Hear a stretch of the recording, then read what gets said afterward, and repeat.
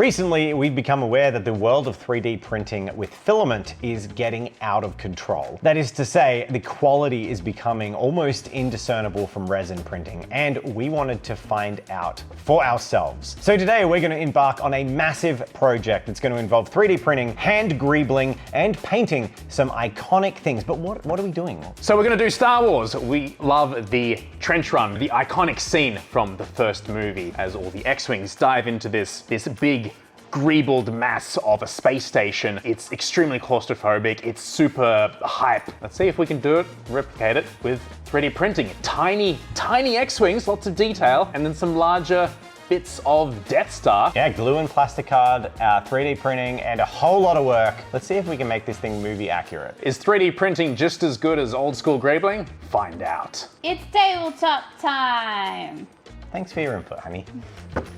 And this video is made possible by Bamboo. It's sponsored by Bamboo. It's sponsored by Bamboo. So what does it mean to build the Death Star? Well, we want to make a roughly to scale replica of one of the most iconic scenes in the movie Star Wars Episode 4: A New Hope. And that's the trench run, where Luke Skywalker and his allies go down the trench to fire the torpedoes, blow up the Death Star, and they're hunted and harassed by Darth Vader and his goons along the way. So how are we going to make the Death Star? Well, I've decided to make it modular. In the spirit of the original build, I will be creating 20 by 20 centimeter bricks. Short ones for the trench and tall ones for the Death Star surface. These will be magnetizable so they click in and out of place. And on these core bricks, I will be replicating sections of the Death Star as seen in the original film, the low altitude modules. What is a low altitude module? Well, now one of the great things about movies from the era of Star Wars is that almost everything was physical, practical effects, which means the Death Star was made of real pieces that were filmed. Miniature pieces, in fact. Now, I've done a bunch of digging into how this was all done, but there has been no source greater than the RPF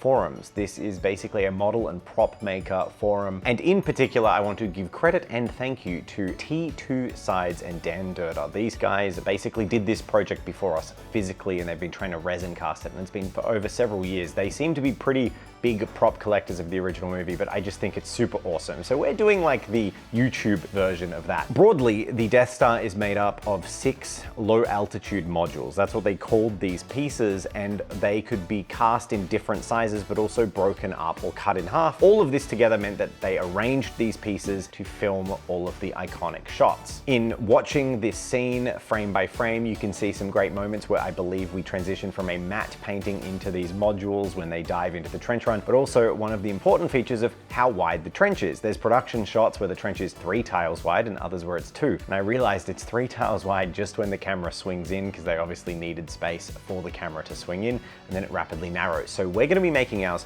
2 tiles wide. Now in this video, we are going to be comparing the 3D printing quality of filament printers these days with Bamboo's A1 printer against the charm of some hand greebling. So I'm going to quickly block out the core elements of what is going to make the Death Star, print off some basic tiles, and hand them over to Murray and Jen to greeble with all kinds of little plastic wonderful bits and detail them out. Let's get these on the 3D printer, and then Murray and Jen can start greebling.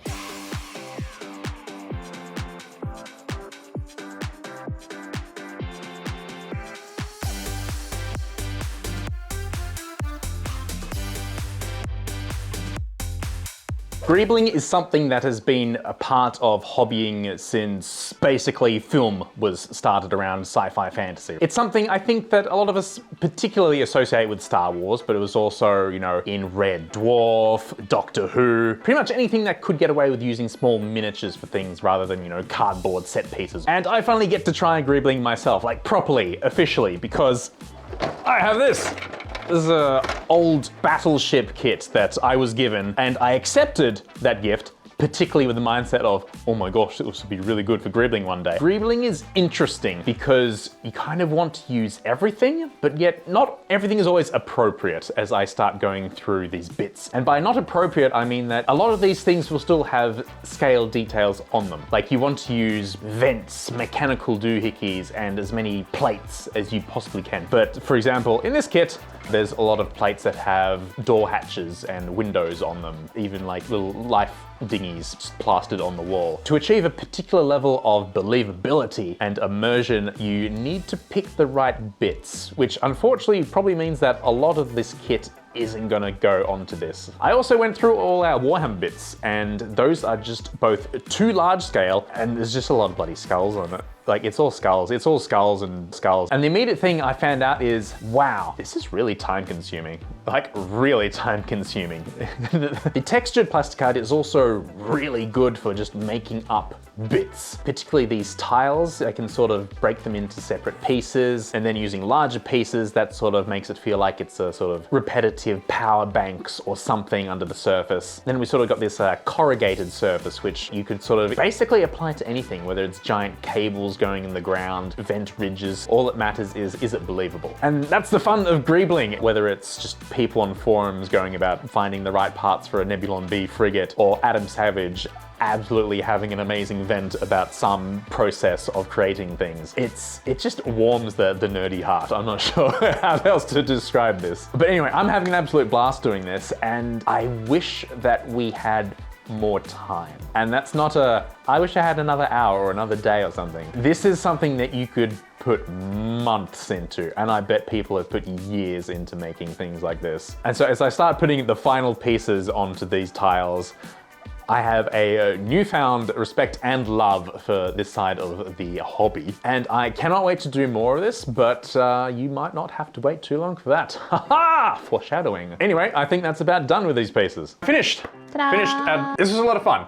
This was a lot of work. Effectively took me like the whole day, I'll be honest. But we only did this much with Plasticard and your kit that we have back here. When you think about the actual miniature that they made, or miniature I suppose, the amount of work and kits that you would have to use for that would be insane. Yeah, I'll be honest, I basically used most of the good bits just for these two tiles. That would take a lot and take a lot of time. But I will say this looks really, really cool. I don't know, there's just like an aesthetic to seeing all the little hand like put in pieces. I don't know, I think it's really cute. Authenticity, that's the word I'm after. I think they look really good. But I guess it'll be really interesting to see what Dave can make, and also the comparison in time invested it'll take him to create one, which then he can reproduce at a larger scale, which I think is the main thing. As a one-off, I would do this 10 out of 10 all the time, but for more than this, that's a lot. So I guess we'll find out. Let's hand it to Dave. Ha!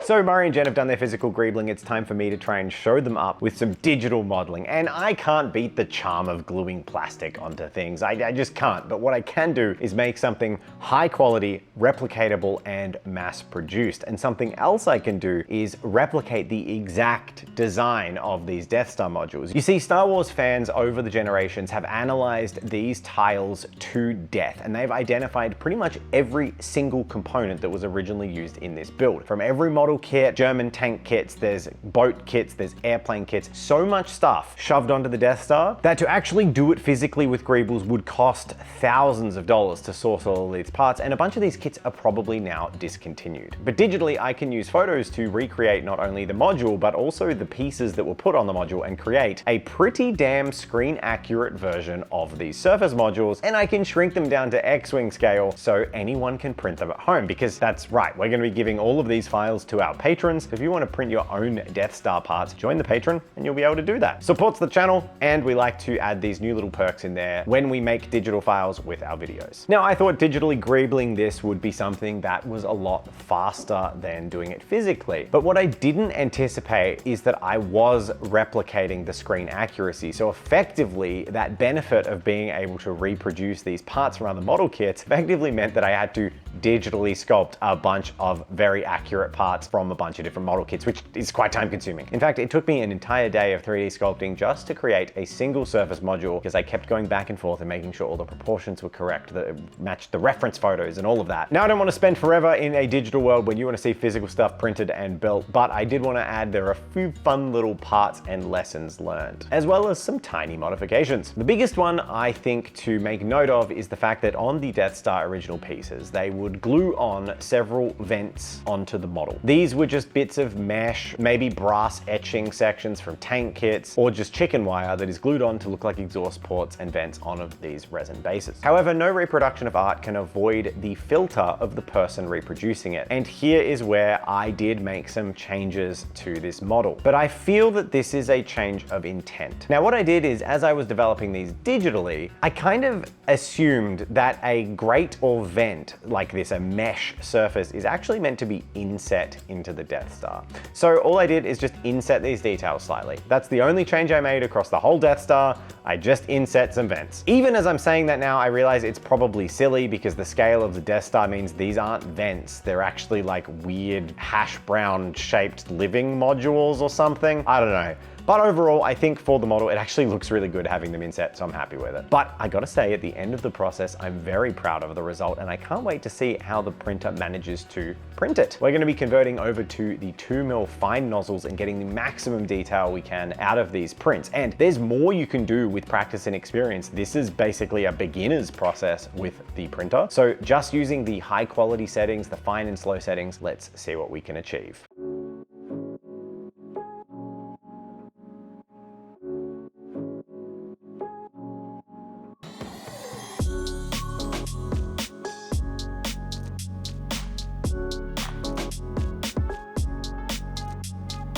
So today's video is really making us rethink filament printing. We've been sponsored by Bamboo and specifically their A1 printer, and we've been using the AMS system. Now, right now on the website, I can get that for 400 Australian dollars. That's also 400 US dollars. So it's one of the rare products where Aussies get a better deal than the rest of the world, which I love. Bamboo are upfront in our communications with them, and they said they get it. Resin printers are currently the gold standard of getting that perfect quality. But the real question is that the hobby for you? There are a lot of people out there, and maybe it's you, who are quite interested in getting into 3D printing, but aren't quite ready to deal with toxic resins, as well as the post-processing, cleanup, containment, and disposal that the nightmare of resin printing brings to your table. From my honest position, I do both, but I hate resin printing as a hobby. I am not interested in it. I find it disgusting, toxic, horrible, messy, but what it allows me to do excites me. Filament printing, I feel completely different about. I have no negative feelings about actually setting up prints, cleaning them up, pulling them off. And the better this technology is getting, the more of that gap is being bridged, the more excited I am about filament printing. And I think right now we're in a bit of a renaissance and a resurgence for filament printing. So these things are really entering the miniature market. And while they're not quite going to compare to your top-end resin printers now for miniatures, for many applications such as diorama building, terrain building, these printers are fantastic. And I, in fact, prefer them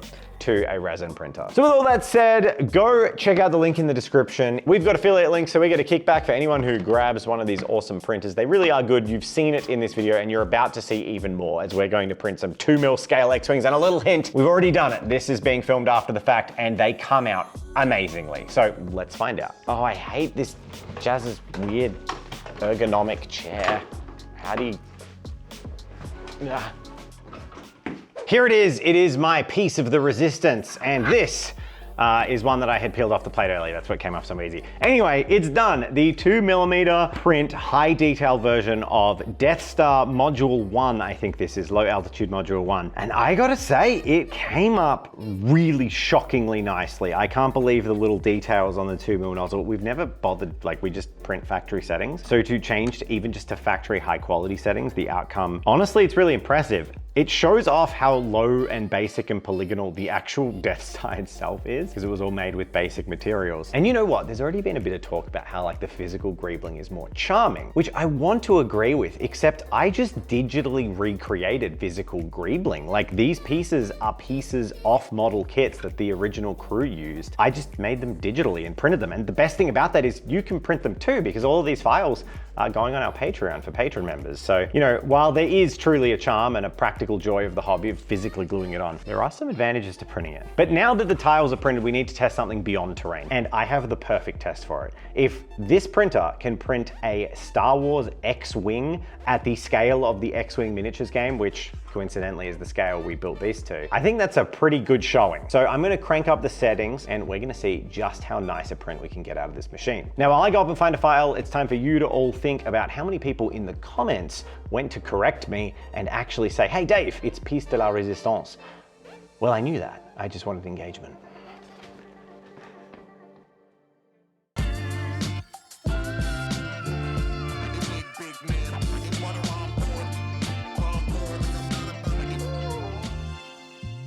This is the first ever print done by this printer and it is finished. Will it have printed an X-Wing miniature? I can see it's printed its shape. Surely it's gonna not look good and it's gonna be broken, because genuinely this is the first time I've ever attempted to print a miniature. And I feel like scale X-Wing is genuinely just too small. Let's find out.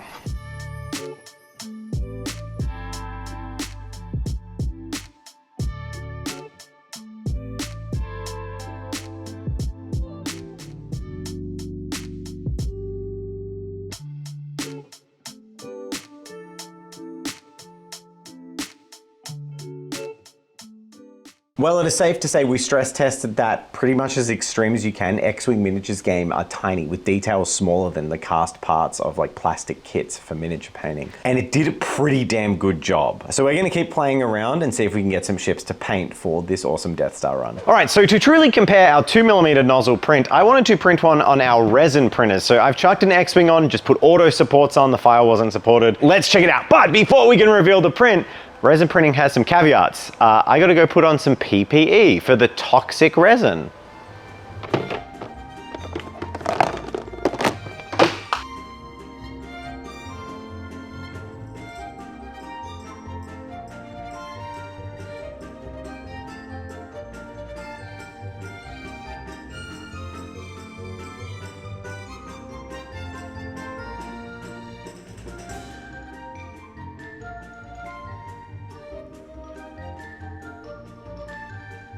All right, we have our model, but before we can start painting it, it needs to final cure, so it needs to get some UV curing. So we're gonna leave it in the sun for half an hour, then flip it to the other side for half an hour, and then it should be ready to go.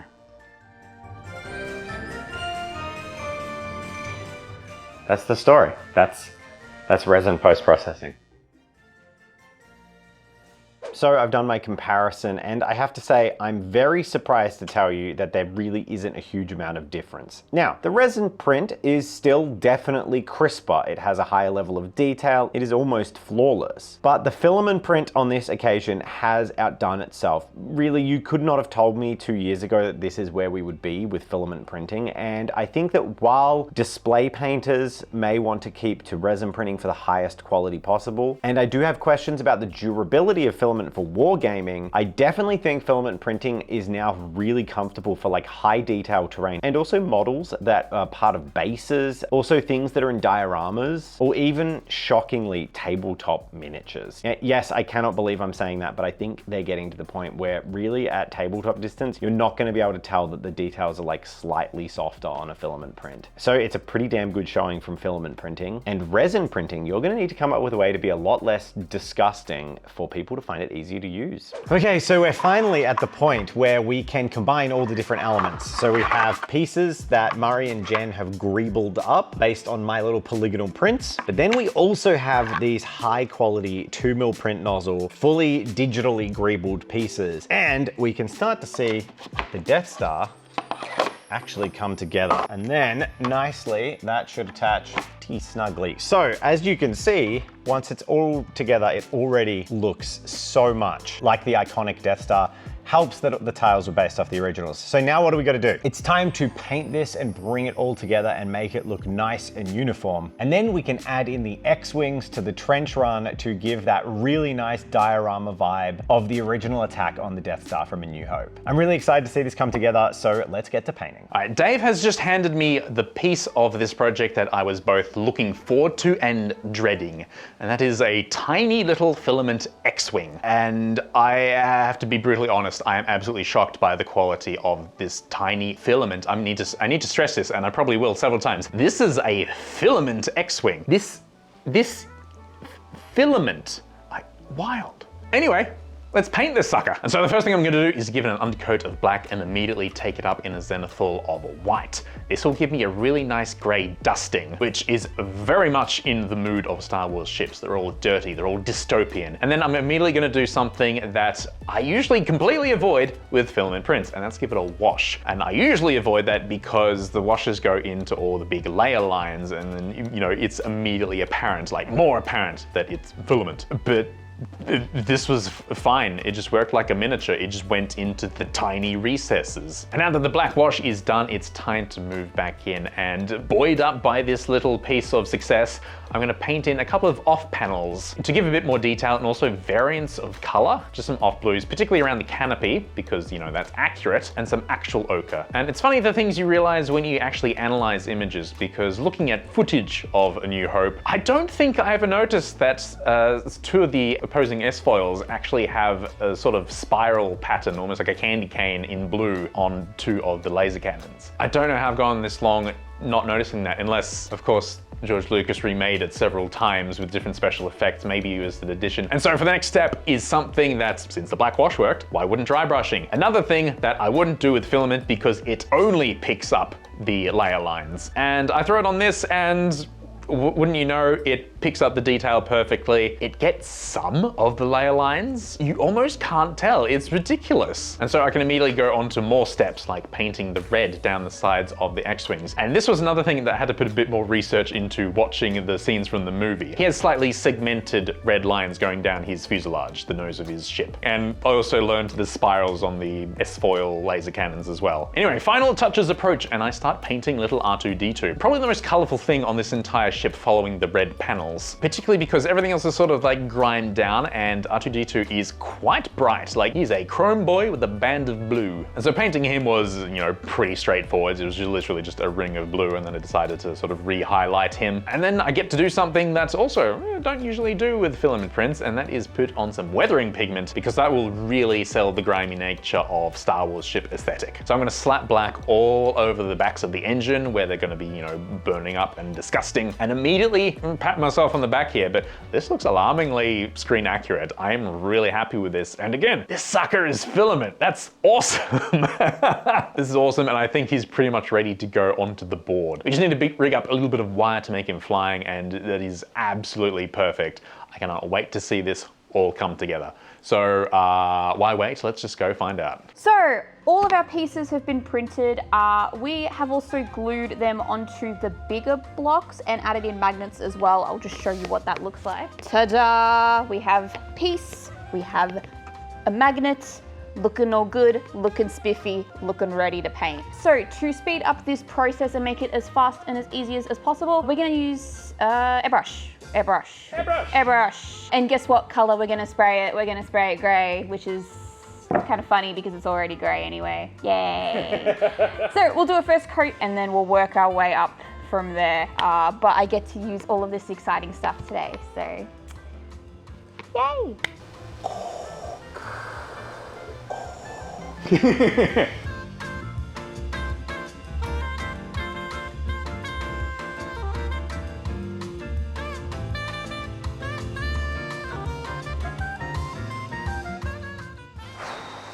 Okay, so it's a new day. I've given these panels about 24 hours to dry. They dried very fast. It's really hot at the moment, so these actually didn't take that long. But yeah, after spraying them gray, I went over with a wash, an umber wash, which gives it this like greeny, brownish tone, which we discussed and thought it actually kind of looks really perfect. However, they are a little bit on the darker side, which is great because I'll have to lighten them up anyway. So what I'm gonna do is go over them again with a lighter gray this time, because it's gonna be way easier than trying to hand paint them. Let's get to spraying.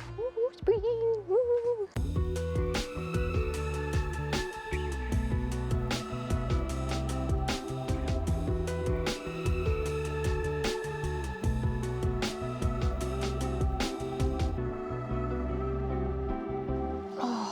I know I probably look a bit like Darth Vader right now, but I think we're done, which is really awesome. I really loved how this turned out. I think I don't use the airbrush very often. And the big one is pretty sick. I did go over the top with just a lighter grey just to give it a little bit of a like dry brushing, dusting, just to make the edges stand out. I should check in with the boys and see where they're up to, because I think this project's almost done. And thank goodness, because this has been absolutely mammoth. But yeah.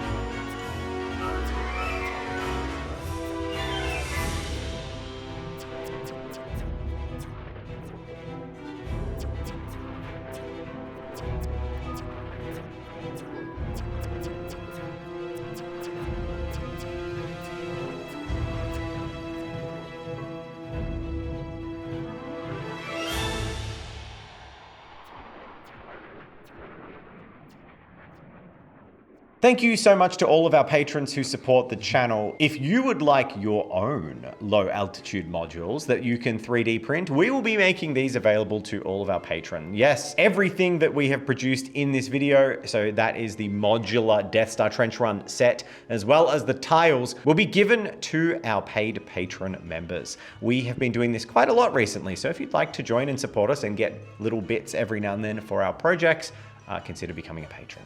Thank you. Hello! This looks awesome. I kind of set the ball rolling on this one, but you two have done such a good job bringing it to life. Yeah, this looks really cool. This is crazy to sort of think that the entire thing is like 3D printed. Yes. Everything, except the acrylic rods. That's it. I think we've learned in this video just how far filament printing has come. So a reminder, thank you to Bamboo for sponsoring the video, but also if you're interested in checking out the A1, links in the description, and it's actually an affiliate link. If you do end up buying a 3D printer, we get a kickback as well that helps support the channel. Yeah. Takeaway remarks. The X-Wings we didn't make. You designed more than half of this, like literally yourself. So I think technically the parts that I manually greebled using a commercial model kit are less original than what you have 3D printed and designed. It definitely raises an interesting question about what is sort of handcrafted in the days of digital creation, because I manually made everything on a computer and then 3D printed it. Whereas you guys used bits of a kit and glued it onto another thing that someone else had made. So it's really interesting. Yeah, let us know your thoughts on I guess kit bashing in the in the century we're in now. This was a lot of fun. I had so much fun. We got to make a Star Wars thing. Yes. Bye. Bye.